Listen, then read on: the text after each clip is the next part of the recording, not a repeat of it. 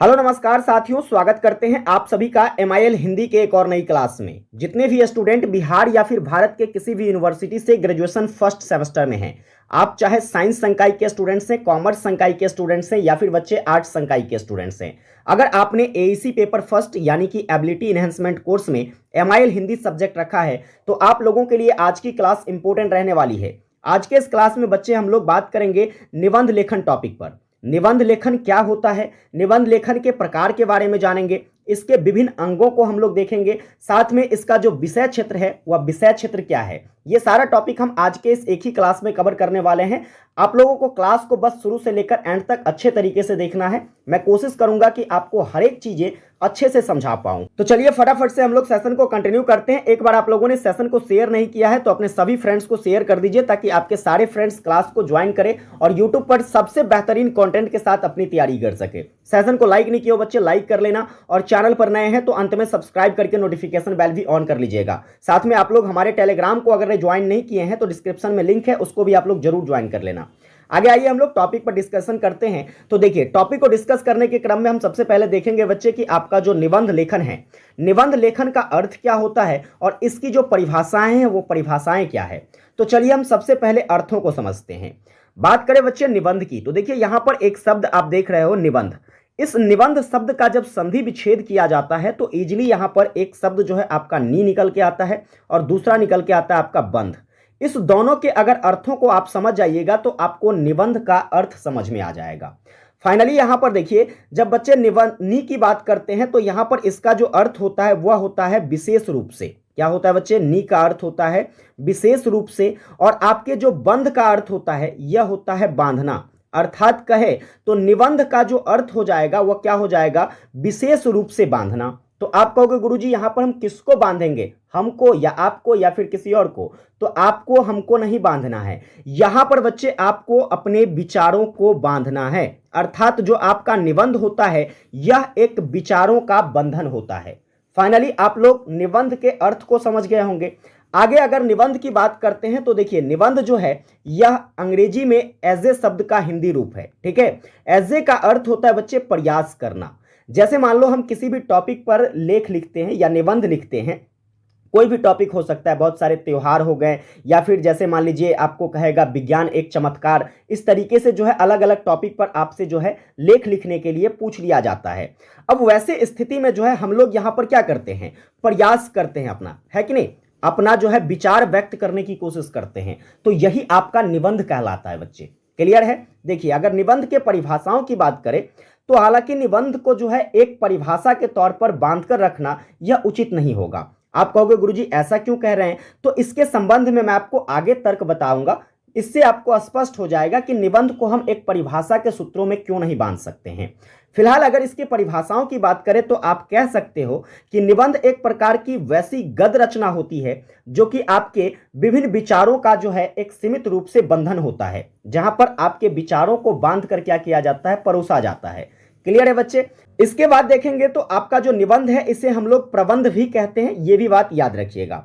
निबंध का प्रयोग प्यारे बच्चे जो है यह किसी भी विषय की तार्किक एवं बौद्धिक विवेचना करने के लेखों के रूप में किया जाता है। जैसे मान लो हम कोई भी लेख लिखते हैं तो वहां पर हमारे कई सारे तर्क होते हैं, है कि नहीं? बहुत सारी बातों को हम लोग वहां पर समावेश करते हैं जो कि हमारे बौद्धिक विवेचन के आधार पर होता है। हम अपने बौद्धिक क्षमता के अनुसार जो चीज सोच पाते हैं उसी चीजों को लेख में लिख पाते हैं, है कि नहीं? तो इस आधार पर हम कह सकते हैं जो आपका लेख है, निबंध है, निबंध का जो प्रयोग है यह किसी विषय की तार्किक और बौद्धिक विवेचना करने के लिए जो है लेखों के रूप में किया जाता है।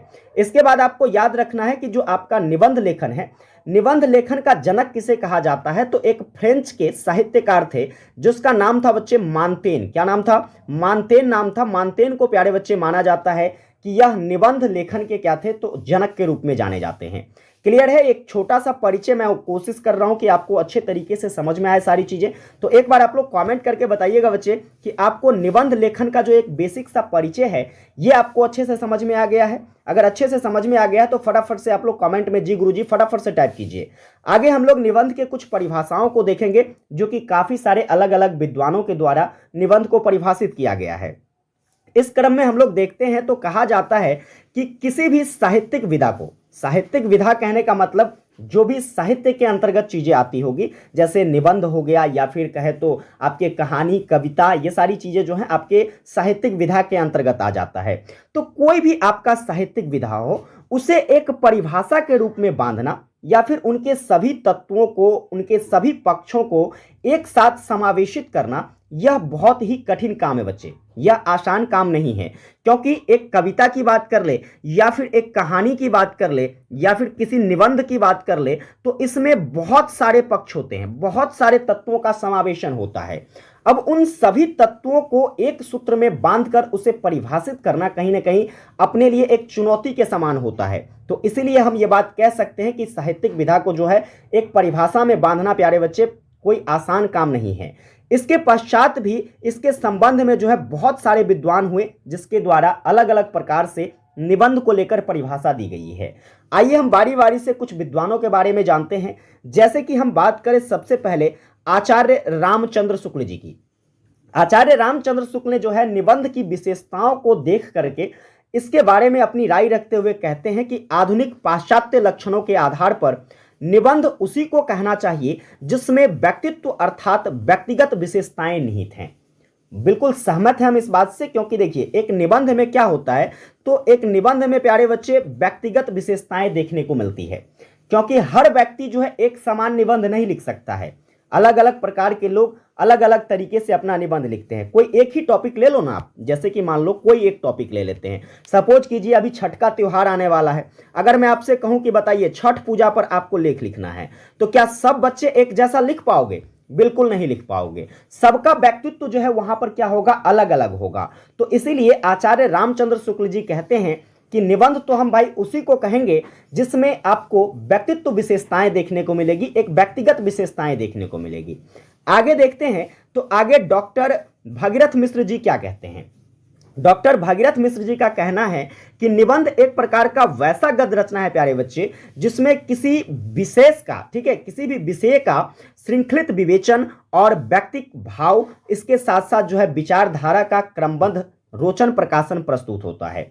थोड़ा सा इसके द्वारा जो तार्किक चीजें बताई गई हैं उसमें थोड़ी सी लोचा देखने को मिलती है। कहोगे क्या लोचा देखने को मिलती है, तो चलिए इसके हम कहने के अर्थों को समझते हैं। इसमें ऐसा कहा जाता है कि देखो निबंध जो है प्यारे बच्चे, यह किसी भी विषय पर हो, उस विषय का एक श्रृंखलन विवेचन होता है। अब श्रृंखलन विवेचन की बात करें तो देखो हर व्यक्ति जो है निबंध लिखने के क्रम में हर चीजों को श्रृंखलित नहीं कर सकता है, वहां पर चीजों को नहीं रख सकता है। कहोगे सर क्यों?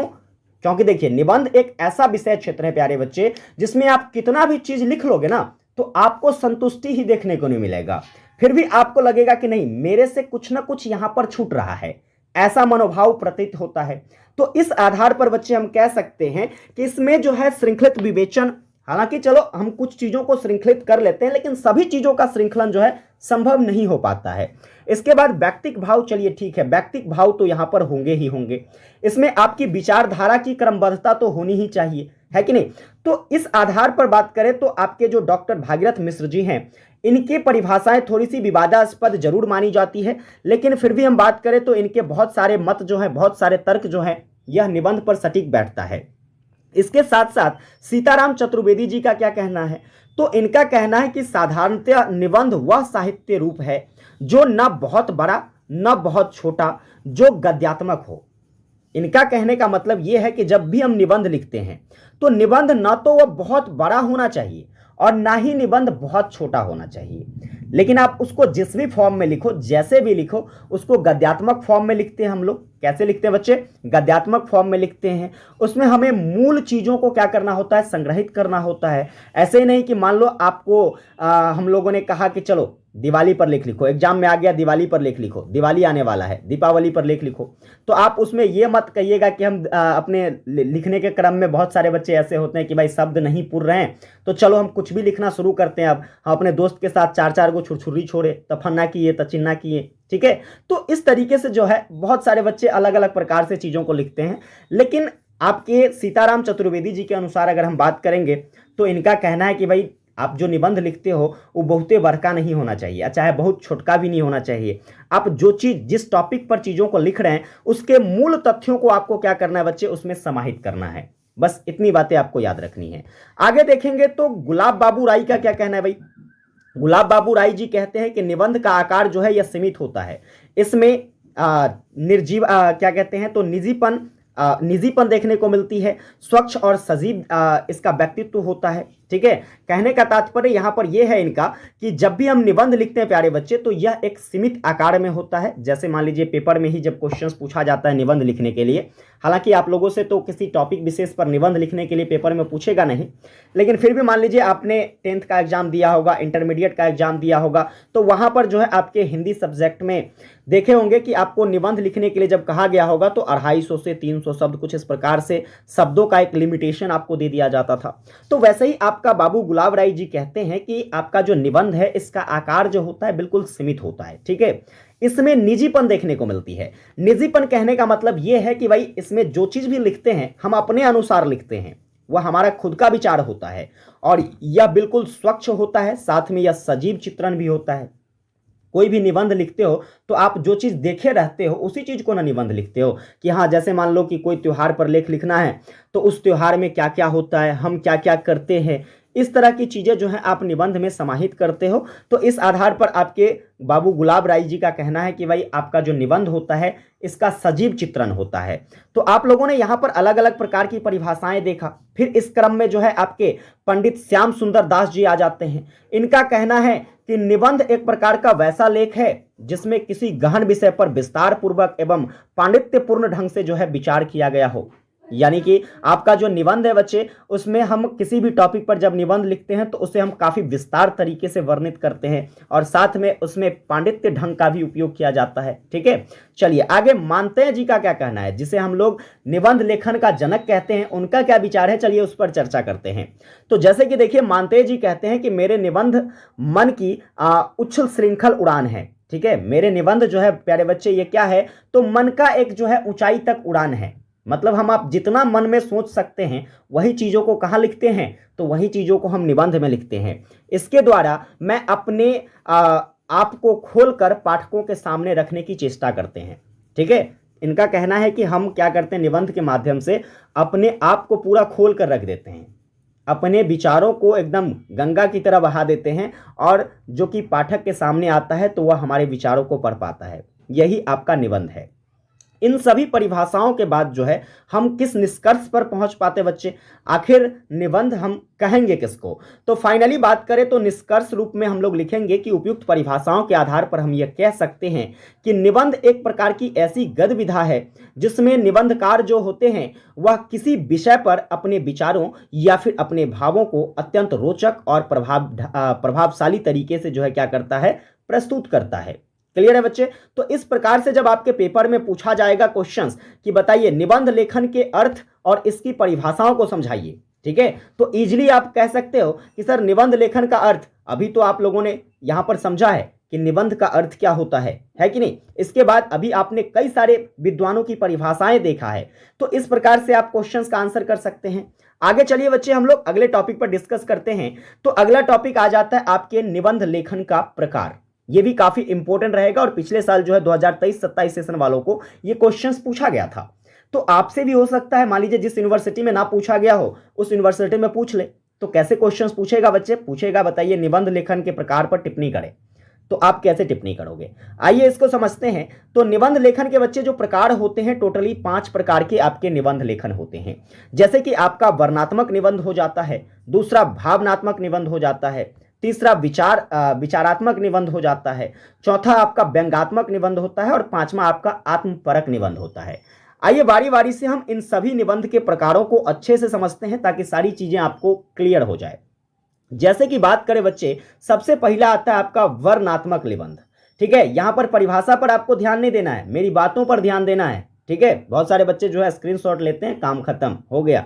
भाई बात को अगर समझ जाओगे ना तो आपको रटने की जरूरत नहीं पड़ेगी, चीजों को रटना तो बिल्कुल है ही नहीं, समझ कर पढ़ना है। जैसे देखो यहां पर वर्णनात्मक निबंध है भाई, वर्णनात्मक कहने का मतलब यहां पर यह है प्यारे बच्चे कि वर्णन करना। वर्णनात्मक कहने का मतलब क्या है, तो आप कहोगे गुरुजी वर्णन करना। अब वर्णन हम किसका करते हैं, जैसे मान लीजिए जिसके अंतर्गत आप देखोगे किसी भी स्थान के बारे में या फिर किसी विषय वस्तु के बारे में, किसी ऋतु विशेष के बारे में, त्योहार के बारे में, इस तरह की जो चीजें जहां पर हमें निबंध लिखना होता है तो वहां पर हम उसके संबंध में वर्णन करते हैं।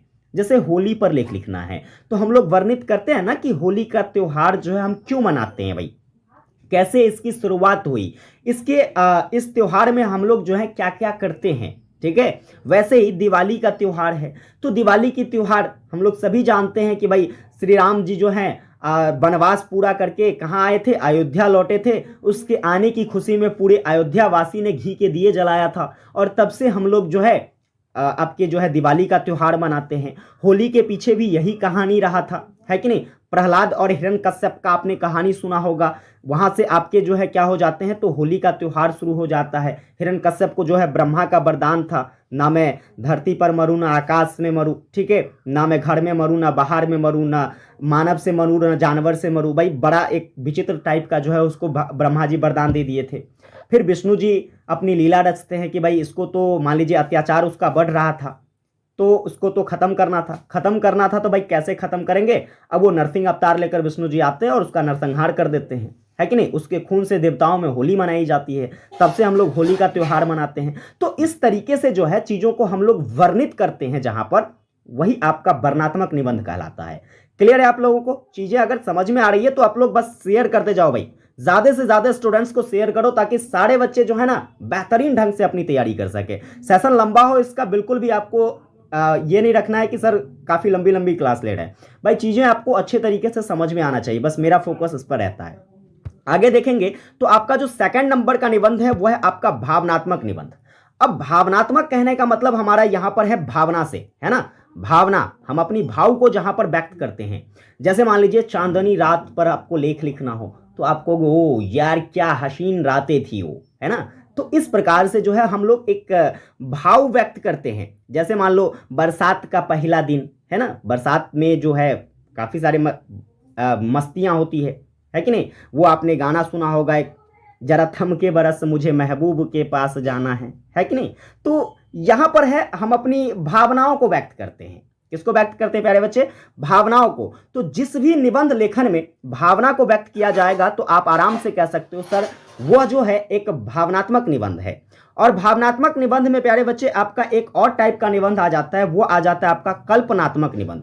यहां पर हम लोग कल्पना भी करते हैं। कल्पना करने का मतलब जैसे मान लीजिए हम अपनी आत्मकथा के बारे में अगर लिखना चाहेंगे तो यहां पर बहुत सारी चीजें जो होती हैं कल्पनीय होती है। हम लोग कल्पना करते हैं कि चलो हमें अपने जीवन काल में कुछ इस प्रकार की चीजें करनी है। जैसे मान लीजिए मैं कल्पना करता हूं कि काश मैं प्रधानमंत्री होता तो ये करता वो करता, ये एक कल्पना है कि नहीं। जैसे मान लीजिए कि ऐसा हम कह सकते हैं कि यदि मोबाइल नहीं होता तो क्या होता, है कि नहीं। मोबाइल नहीं होता तो क्या होता, एक कल्पना है।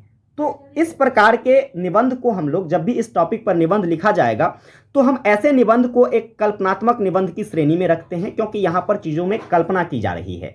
आगे चलिए बात करेंगे, जो अगला निबंध है आपका विचारात्मक निबंध। विचारात्मक निबंध कहने का मतलब क्या है? जहां पर चीजों पर क्या किया जाता है बच्चे, विचार किया जाता है। विचार विमर्श जहां पर देखने को मिलेगा आपको। कोई भी ऐसा टॉपिक, जैसे मान लो विज्ञान एक अभिशाप, ठीक है, विज्ञान एक चमत्कार, है कि नहीं। जैसे मान लीजिए आतंकवाद, इन सभी चीजों पर हम लोग विचार करते हैं कि आतंकवाद जो है भाई यह कैसे फैलता है, इसका प्रभाव क्या देखने को मिलता है, हम इससे छुटकारा कैसे प्राप्त कर सकते हैं। तो इस तरह की जो चीजें हैं बच्चे, हम इस पर गहन अध्ययन करते हैं। एक तरीके से जो है मानसिक रूप से इस पर विचार किया जाता है। तो ऐसे निबंधों को बच्चे हम लोग विचारात्मक निबंध की श्रेणी में रखते हैं। अगला हम बात करेंगे तो जो आपका निबंध है वह है व्यंग्यात्मक निबंध। व्यंग मतलब हंसी मजाक। व्यंग कसने का मतलब क्या होता है? हंसी मजाकिया टाइप का। जैसे मान लीजिए धार्मिक पाखंड हो गया, है ना, जैसे दहेज प्रथा हो गया। हम लोग दहेज प्रथा पर बहुत हंसी मजाक टाइप से जो है एक नाटक बना सकते हैं, निबंध बना सकते हैं। बाल विवाह पर भी आप जो है व्यंग कस सकते हैं, है कि नहीं, तंज कस सकते हैं। तो इस प्रकार के जो निबंध है प्यारे बच्चे, जिसमें हास्य व्यंग के द्वारा जो है व्यक्तियों या फिर समाज की आलोचनात्मक पहलुओं का क्या किया जाता है, टिप्पणी किया जाता है, हम लोग वैसे निबंध को बच्चे व्यंग्यात्मक निबंध कहते हैं। आगे चलिए देखेंगे आपका जो है आत्मपरक या फिर इसी को ललित निबंध कहा जाता है। आत्मपरक निबंध कहने से हमारा मतलब यहां पर यह है, देखिए आत्मपरक कहने से मतलब है जहां आत्मा से भाव निकलता होगा बच्चे। है ना, वैसा निबंध जिसमें लेखक जो है क्या करते हैं, तो लेखक की आत्मीयता का विशेष रूप से ध्यान रखा जाता है। जो भी हम जैसे मान लो कि किसी टॉपिक पर लेख लिख रहे हो, उसमें अगर हम अपनी आत्मीयता का विशेष रूप से ध्यान देते हैं तो वैसे लेख को प्यारे बच्चे आत्मपरक या फिर ललित निबंध कहा जाता है। जैसे मान लीजिए मैं लिखूंगा मैं और मेरा जीवन, अपने जीवन के बारे में लिखूंगा, तो उसमें हम अपनी आत्मीयता यानी कि स्वयं के बारे में चीजों को व्यक्त कर रहे हैं। जैसे कि मेरे जीवन का लक्ष्य, है ना, इसके बाद मेरी पहली रेल यात्रा, उसमें हम स्वयं के बारे में बताने की कोशिश करेंगे। यहां पर हम अपने आत्मीय भाव को व्यक्त करेंगे। तो ऐसे निबंध को प्यारे बच्चे आत्मपरक या फिर ललित निबंध की संज्ञा दी जाती है। तो कंप्लीटली आपके जो ये 5 प्रकार के निबंध थे, मैं कोशिश किया कि आपको अच्छे तरीके से समझा पाऊँ। बस आप लोग एक बार कमेंट करके बताना बच्चे कि क्या आप लोगों को ये चीज़ें अच्छे तरीके से क्लियर है कि निबंध के प्रकार जो होते हैं बच्चे वो कौन कौन से प्रकार होते हैं और सभी प्रकारों को आप कितने अच्छे तरीके से समझे हैं। एक बार आप लोग कमेंट करके बताना, ठीक है। चलिए आगे देखेंगे हम लोग निबंध लेखन के अंगों को, ठीक है। निबंध लेखन के अंगों को बात करें बच्चे तो यह भी आपके एग्जाम के दृष्टिकोण से इंपॉर्टेंट रहने वाला है। और जब भी हम कोई भी निबंध लिखते हैं तो इसका रोल काफी ज्यादा होता है। जब भी आप कोई निबंध लिखो, किसी भी टॉपिक पर निबंध लिखो, तो आपको इस दौर से गुजरना ही पड़ेगा। जैसे कोई भी निबंध लिखते हैं तो उसमें आपको शीर्षक देखने को मिलती है, उसमें आपको प्रस्तावना देखने को मिलता है, यानी कि ट्रेलर जिसको कहते हैं, है ना। फिल्मों का जब शुरुआत होता है तो उससे पहले ट्रेलर होता है, तो वैसे ही आपकी ये प्रस्तावना ट्रेलर का काम करती है। इसके बाद विषय वस्तु, जैसे अब फिल्म स्टार्ट हो गया तो ये आपका विषय वस्तु के अंतर्गत आ जाएगा। और अंत में उपसंहार यानी कि निष्कर्ष, रिजल्ट क्या निकल के आता है उस फिल्म का, है ना, तो ये आपके उपसंहार के अंतर्गत आ जाएगा। तो ये 4 प्रमुख अंग जो है आपके निबंध लेखन के हैं। आइए इन चारों को हम डिटेल में समझते हैं कि किसके अंतर्गत कौन सी चीजें देखने को मिलती है। जैसे हम सबसे पहले बात करेंगे बच्चे आपके शीर्षक की, या आप इसे विषय भी कह सकते हो। हालांकि हम बात करें तो यह निबंध का जो है, यह निबंध लेखन का अंग नहीं होता है। कहोगे गुरुजी क्यों? क्योंकि देखिए परीक्षा में आप देखते होंगे कि आपको क्वेश्चन में जब भी निबंध लिखने के लिए दिया गया रहा होगा तो वहां पर शीर्षक ऑलरेडी दे दिया जाता है, दे दिया जाता है कि नहीं, शीर्षक दे दिया जाता है कि चलो फलाने टॉपिक पर आपको क्या करना है, निबंध लिखना है। तो इसलिए हम कह सकते हैं कि आपका जो शीर्षक है या फिर विषय है यह निबंध लेखन का अंग नहीं होता है, परंतु निबंध का यह एक सबसे प्रमुख अंग माना जाता है। कहोगे ये कौन बात कह दिए आप, पहले कहते हैं कि यह अंगे नहीं है और फिर कहते हैं कि यह सबसे प्रमुख अंग है। तो भैया सबसे प्रमुख अंग इसलिए है क्योंकि जब तक आपको यह पता नहीं होगा कि आपको जाना किधर है तब किधर जाइएगा, है कि नहीं। जब तक आपको टॉपिक पता नहीं है कि आपको कौन टॉपिक पर निबंध लिखना है, तो बताइए कथी पर निबंध लिखोगे, पता नहीं चलेगा आपको। तो इसीलिए हम कहते हैं कि भाई यह निबंध लेखन का सबसे प्रमुख अंग माना जाता है, जो आपको डायरेक्शन देता है बच्चे कि आपको इस टॉपिक पर अपना विचार व्यक्त करना है। हालांकि जब निबंध लेखन करते हैं तो निबंध लेखन में बच्चे इसका कोई अहमियता नहीं होता है, क्योंकि निबंध लेखन में आपको यह शीर्षक ऑलरेडी पहले दे दिया गया होता है। क्लियर है अब आपको चीजें। चलिए इसका निर्धारण प्यारे बच्चे लेखन से पूर्व या पश्चात किया जा सकता है। लेखन से पूर्व या पश्चात कहने का मतलब क्या है, देखो लेखन से पूर्व और पश्चात कहने का तात्पर्य यहाँ ये है कि आप इस 2 टॉपिक से समझ सकते हो। पहला तो आपको पहले निबंध लेखन का टॉपिक दे देगा, जैसे मान लो होली पर निबंध लिखना है, ठीक है, चलो तो ये टॉपिक हमको यहाँ पर पहले क्लियर हो गया कि हमको इस पर निबंध लिखना है। दूसरा, आप लोग मैट्रिक के एग्जाम में, इंटर के एग्जाम में देखे होंगे कि आपको एक गद्यांश दे दिया जाता था, अपठित गद्यांश, है ना, अपठित गद्यांश दे दिया जाता था। इसमें से कुछ क्वेश्चंस निकाल लिए जाते थे, आप उसका आंसर करते थे। और एग्जामिनर बड़ा बदमाश होता है, आपके माइंड को चेक करने के लिए भाई साहब यह एक क्वेश्चंस अंत में या शुरू में जरूर डाल देता था कि बताइए इस गद्यांश का शीर्षक क्या होगा। तो गद्यांश का शीर्षक आपको दिमाग लगा के निकालना होता था। तो यही तो है कि आपका कोई भी लेखन शैली हो, इसमें शीर्षक पहले दिया जा सकता है या शीर्षक बाद में दिया जा सकता है। क्लियर है बच्चे। चलिए आगे देखेंगे तो जो दूसरा अंग है इसका वह है भूमिका, या आप जिसको प्रस्तावना की संज्ञा भी देते हो, भूमिका कहिए या फिर बच्चे प्रस्तावना कहिए।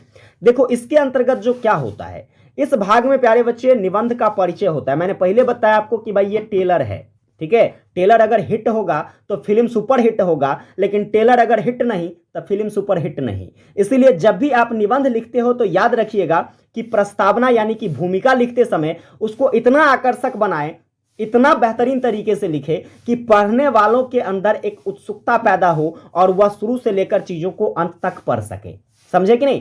तो आपका निबंध लेखन में सबसे बड़ा रोल जो है वो कौन अदा करता है बच्चे? तो वह आपका प्रस्तावना अदा करता है। एग्जामिनर जब आपका कॉपी चेक करता है तो बताइए, अगर कोई भी 250-300 शब्द में निबंध लिखोगे तो कॉपी चेक करने वाला पूरा कॉपी चेक करेगा, उसके पास आते टाइम ही नहीं है बच्चा जी, ठीक है। वह आपके इसी प्रस्तावना को देखता है कि आपने किस प्रकार से फिल्म का ट्रेलर बनाया है। अगर ट्रेलर धमाकेदार है मतलब इसका एंडिंग भी धमाकेदार होगा, आपको फुल मार्क मिल जाता है। समझे? चलिए आगे देखेंगे बच्चे, जो इसका अगला पॉइंट से वो है क्या? तो विषय वस्तु या कहे तो विषय विस्तार, जहां पर पूरी फिल्म चलती है।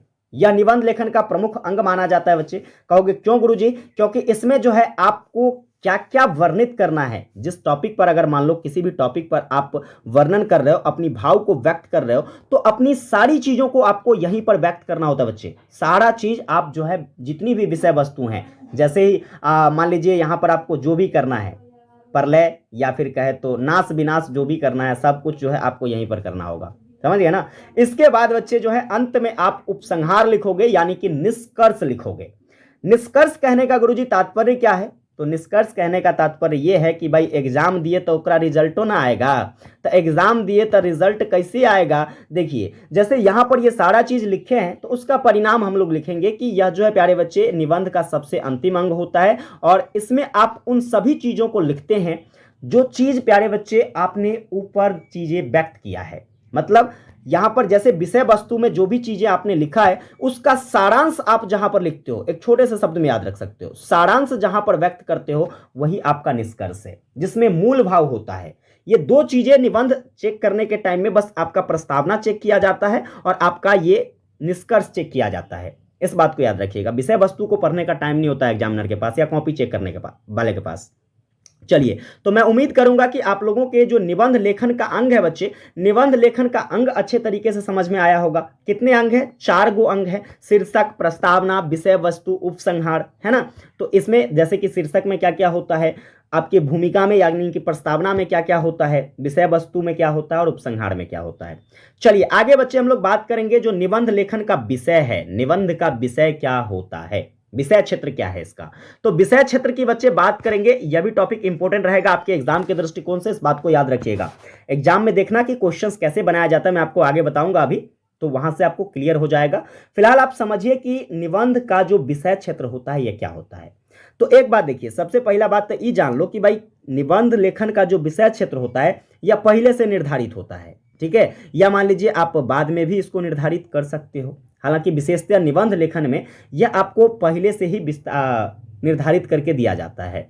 अब इस निबंध लेखन का जो विषय क्षेत्र होता है प्यारे बच्चे, हो सकता है वह साहित्यिक घटना से जुड़ा हो सकता है कि सामाजिक घटना से जुड़ा हो, सांस्कृतिक या फिर राजनीतिक या फिर ऐतिहासिक घटनाक्रम से जुड़े हो। तो इन सभी पहलुओं से जोड़कर जो है आपके निबंध का विषय क्षेत्र हो सकता है।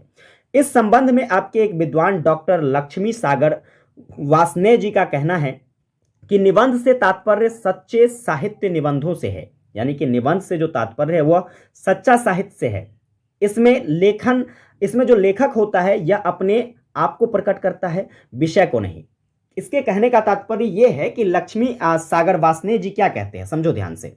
लक्ष्मी सागर वासने जी का कहना है कि भाई जब भी कोई निबंध लिखा जाता है ना, जब भी कोई किसी टॉपिक पर निबंध लिखा जाता है तो यहां पर जो निबंध लिखने वाला होता है वह निबंध को व्यक्त नहीं कर रहा होता है, वह अपने आप को व्यक्त कर रहा होता है। और स्वाभाविक सी बात है कि हम अपने आप को व्यक्त करते हैं, क्योंकि वहां पर सिर्फ और सिर्फ हमारी भावना होती है, हमारे विचार होते हैं, है कि नहीं। जो भी टॉपिक हो उस टॉपिक पर अगर निबंध लिखते हैं तो आप क्या करते हैं, अपने विचारों को रखते हैं। तो इसीलिए डॉक्टर लक्ष्मी सागर वासने जी कहते हैं कि निबंध के जो लेखक होते हैं वो लेखक यहां पर अपने आप को प्रकट कर रहे होते हैं, ना कि वह किसी विषय वस्तु को प्रकट कर रहे होते हैं। विषय वस्तु तो मात्र एक बहाना है कि नहीं।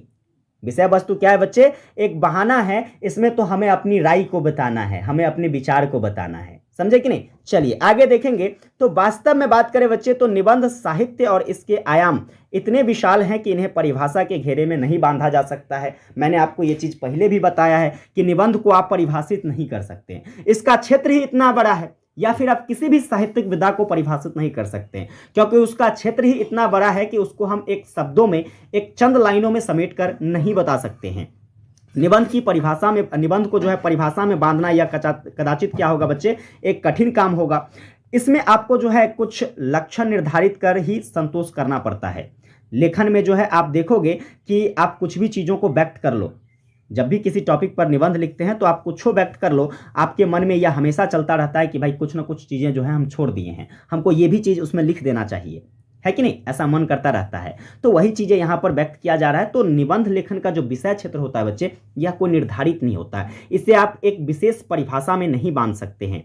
वैसे बेसिकली निबंध का जो एक क्षेत्र होता है, आप कहोगे सर यह आपके साहित्यिक क्षेत्र हो सकते हैं, सामाजिक क्षेत्र हो सकते हैं, सांस्कृतिक क्षेत्र हो सकते हैं, राजनीतिक क्षेत्र हो सकते हैं, या फिर ऐतिहासिक क्षेत्र हो सकता है। बस इतनी सी बातें आपको चीज़ें याद रखनी है।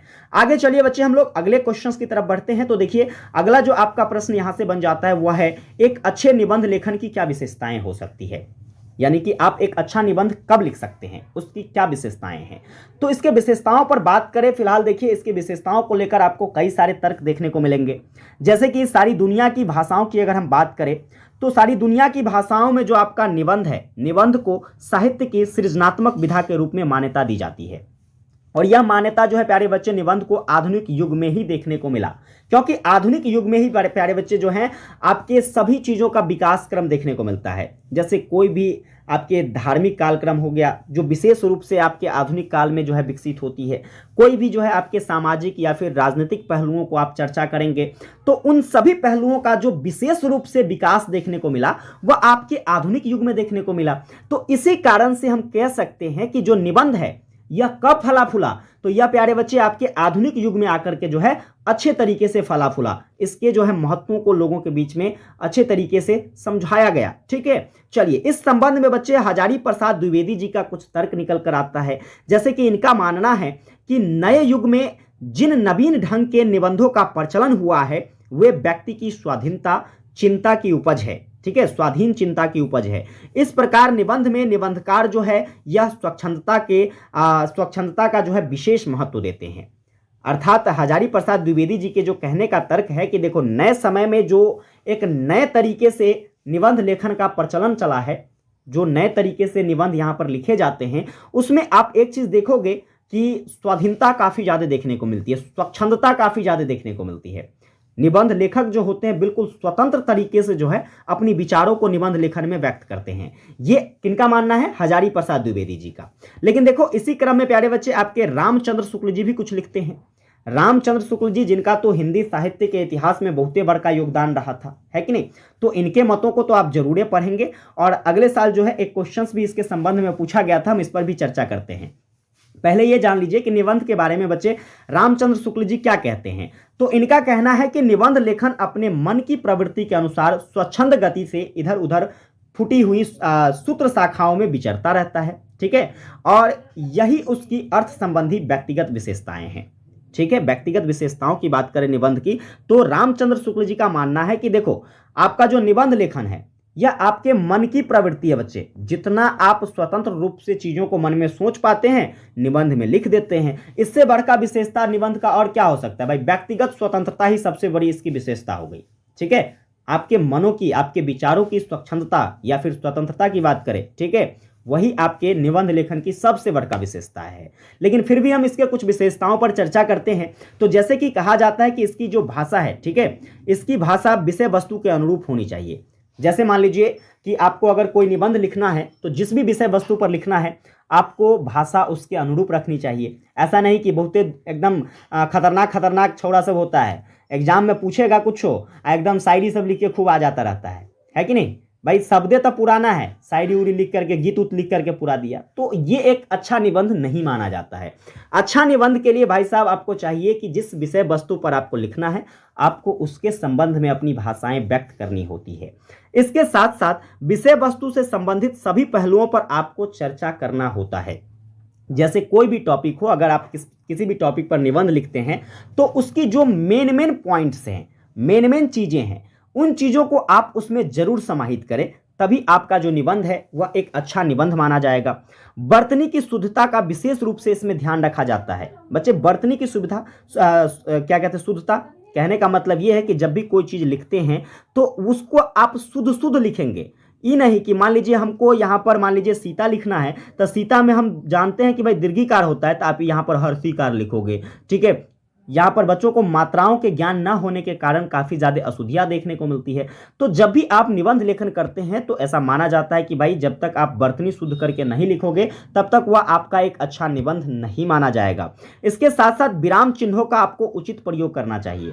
बहुत सारे बच्चे तो विराम चिन्ह के बारे में जानते उनते भी नहीं होंगे कि विरामो चिन्ह होता है क्या, है कि नहीं। विराम चिन्ह करने का मतलब, विराम मतलब ठहरना, विराम मतलब बच्चे ठहरना। इसमें आपको कई सारे चिन्ह देखने को मिल जाते हैं, जैसे मान लीजिए कॉमा हो गया, है ना, जैसे मान लीजिए आपका पूर्ण विराम हो गया। तो इस तरह के जो विराम चिन्ह है उसको उचित जगह पर उपयोग करना चाहिए। जैसा लग रहा, मान लीजिए कि कोई भी अगर हम चौपाई लिख रहे हैं तो जब आपको ऐसा लग रहा हो कि हमें यहां पर थोड़ा समय रुकने का जरूरत है, जब इस चीज को हम बोल रहे हैं तो ऐसा लग रहा है कि यहाँ पर थोड़ा समय हमें रुकना चाहिए, तो वहां पर हम लोग कॉमा का यूज करते हैं।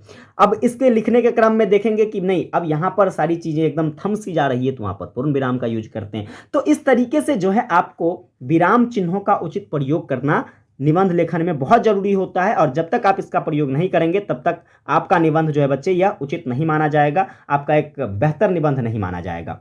इसके साथ साथ शब्द सीमाओं को भी विशेष ध्यान में रखा जाता है। शब्द सीमाओं कहने का मतलब यह है कि ये नहीं कि अब मंगला ढोरबा की तरह जत्ते मन तत्ते लिखते जाओ लिखते जाओ लिखते जाओ, कुछ भी लिख दो, है कि नहीं। शब्द सीमा का विशेष रूप से ध्यान रखिए। आपका निबंध ना तो बहुत छोटा होना चाहिए बच्चे, और ना ही आपके निबंध जो है बहुत बड़े होने चाहिए। आपको एक सीमित शब्दों के साथ जो है आपको निबंध लेखन करना है। इसके बाद अंतिम अनुच्छेद में वर्णित सभी बातों का सारांश होना चाहिए। जैसे मैंने आपको बताया ना कि निबंध लेखन के अंग में उसमें आपको अंत में निष्कर्ष लिखना था, यानी कि उपसंहार लिखना था। उसी प्रकार से यहाँ भी याद रखिएगा कि जब भी एक अच्छा निबंध लिखेंगे तो वहां पर आपको अंत में निष्कर्ष तो लिखना ही पड़ेगा कि जितनी भी बातें आपने ऊपर में बताया है उसको आप एक छोटे से शब्दों में कैसे कह सकते हो, वही तो आपका निष्कर्ष है। समझ गए ना। तो फाइनली बच्चे ये आपके जो जितने भी टॉपिक थे आपके निबंध लेखन से संबंधित अब यहां से क्लियर हो जाता है। आगे देखेंगे हम लोग, यहां पर देखिए तो एक क्वेश्चंस अगले साल जो पूछा गया था, हालांकि मैं ये चीज बता दिया हूं आपको, बस क्वेश्चंस दिखा देता हूं, इसलिए मैंने पहले ही कह दिया कि भाई आपका सारा टॉपिक खत्म हो गया है। देखिए अगर बात करें हम लोग इस क्वेश्चंस की, तो अगले साल पूछा गया कि निबंध लेखन क्या है, निबंध लेखन के संबंध में जो है शुक्ला जी के तर्कों का स्पष्टीकरण दे। ये छोटा सा 5 नंबर में क्वेश्चन पूछ लिया गया था। तो निबंध लेखन के संबंध में शुक्ला जी का कथन तो अभी यहाँ पर हम बताइए कि आपको देखिए शुक्ला जी का कथन बताया कि नहीं, कि इनका कहना था कि निबंध लेखन जो है अपने मन की प्रवृत्ति के अनुसार स्वच्छंद गति से इधर उधर फूटी हुई सूत्र शाखाओं पर विचरण करता है, और इसका जो है अर्थ प्यारे बच्चे जो है यह संबंधित व्यक्तित्व विशेषता से होता है। तो इसी चीजों को आपको विस्तार पूर्वक लिखना है। विस्तार पूर्वक कहने का मतलब है कि इनके कहे गए बातों को अपनी भाषा में बनाकर लिखना है कि आखिर इनका कहना क्या है या क्या कहना चाहते हैं। तो भाई इनके कहने का मात्र एक ही तो विशेषता रहा, एक ही अर्थ रहा था कि ये सिर्फ इतना कहना चाहते हैं कि कोई भी निबंध लेखन हो उसकी प्रवृत्ति भाई आपके स्वच्छंदता पर निर्भर करती है। आप कितने स्वतंत्र तरीके से किसी टॉपिक के बारे में सोच सकते हैं, बस यही आपकी सबसे बड़ी विशेषता है निबंध लेखन की। यही चीज तो आपके रामचंद्र शुक्ल जी कहते हैं। तो यही बात आपको वहां पर स्पष्ट करके बताना था। हालांकि इस पर टाइम वेस्ट करने की आवश्यकता नहीं है, मैंने आपको ये सारी चीजें बता दिया हैं, तो आप इसका स्क्रीनशॉट ले लीजिएगा, आप इसको नोट कर लीजिएगा, ठीक है। चलिए, तो फाइनली आपका ये सारा टॉपिक क्लियर हो जाता है निबंध लेखन से संबंधित। अब देखो पेपर में जो क्वेश्चंस पिछले साल पूछा गया था, जरा इस पर फोकस कर लेते हैं, ये इंपॉर्टेंट है बच्चे, इस बात को याद रखिएगा। जैसे आपसे शॉर्ट टाइप क्वेश्चंस की बात करें तो आपसे शॉर्ट टाइप क्वेश्चंस पूछा जाएगा कि निबंध लेखन जो है यह क्या है ना। निबंध लेखन, ठीक है, यहां पर देखिएगा तो बच्चे निबंध लेखन के अर्थ एवं परिभाषा, ठीक है, निबंध लेखन के अर्थ एवं परिभाषाओं को समझाइए, ठीक है, परिभाषाओं को समझाइए। ये आपसे बच्चे जो हैं क्या पूछा जाएगा, शॉर्ट टाइप में पूछा जाएगा, ठीक है, समझाइए इस टाइप से। इसके बाद देखिएगा तो दूसरा क्वेश्चन बच्चे आपसे यहां बनाए जा सकते हैं, जैसे मान लीजिए एक अच्छे निबंध, ठीक है, एक अच्छे निबंध की क्या विशेषताएं हैं, अभी मैंने आपको पढ़ाया है कि एक अच्छे निबंध आप कैसे लिख सकते हो। दूसरा आपसे मान लीजिए यहां पर पूछेगा बच्चे कि शॉर्ट टाइप में ही आपसे पूछ ले कि बताइए निबंध लेखन की जो है निबंध लेखन के प्रकारों की विवेचना करें, निबंध लेखन के प्रकारों पर संक्षिप्त टिप्पणी करें, ठीक है, प्रकार पर, या फिर कहे तो इसके अंग पर टिप्पणी करें। तो ये शॉर्ट टाइप क्वेश्चंस में पूछा जाएगा। और देखो मैंने आपको पहले बताया था कि प्रकार वाला क्वेश्चन जो है ये पिछले साल पूछा गया था, तो आपको हो सकता है कि इस बार अंग वाला कहीं पूछ दे, क्योंकि दोनों टॉपिक लगभग सिमिलर लगता है, तो आपसे पेपर में क्वेश्चन पूछे जा सकते हैं, तो आपको ये चीज़ें ध्यान रखना है। अब देखिएगा यहाँ से लॉन्ग टाइप क्वेश्चंस कैसे पूछेगा। जैसे मान लीजिए लॉन्ग टाइप क्वेश्चंस पूछेगा कि निबंध लेखन क्या है, निबंध लेखन क्या है, निबंध लेखन क्या है, इसके प्रकार विषय क्षेत्र, ठीक है, प्रकार विषय क्षेत्र, या फिर कहे तो विषय क्षेत्र की जगह आपको दे दे प्रकार या फिर अंग की विवेचना करें, ठीक है। कोई भी दो टॉपिक साथ में लेकर के आपसे पूछ लिया जाएगा। तो ये आपका लॉन्ग टाइप क्वेश्चंस हो गया। तो मैं उम्मीद करूंगा कि आपको जो ये टॉपिक मैंने क्लियर करवाया है उससे जो भी क्वेश्चंस पूछा जाएगा आप आराम से कर लोगे। एक बार आप लोग कमेंट करके बताना बच्चे कि आपको क्या ये सारी चीजें क्लियर है, फटाफट से कमेंट करके बताइए। अगर ये चीजें आपको अच्छे तरीके से समझ में आती है तो बार बार आप लोगों से एक ही रिक्वेस्ट रहता है कि सेशन को ज्यादा से ज्यादा शेयर कीजिए, ताकि ज्यादा से ज्यादा बच्चों के पास क्लास पहुंच पाए और बिहार या फिर भारत के किसी भी यूनिवर्सिटी के बच्चे हो एक बेहतरीन कंटेंट के साथ अपनी तैयारी कर सके, जो कि आपको पूरे YouTube पर अवेलेबल देखने को नहीं मिलेगा। सेशन को लाइक नहीं किया है बच्चे, लाइक कर लेना, और चैनल पर नए हैं तो सब्सक्राइब करके नोटिफिकेशन बेल आप भी ऑन कर लीजिएगा, ताकि आने वाली क्लास डेली रात को 8 बजे आपको मिल सके। विशेष मुलाकात करेंगे आप लोगों के साथ अगली क्लास में, तब तक के लिए जय हिंद, वंदे मातरम।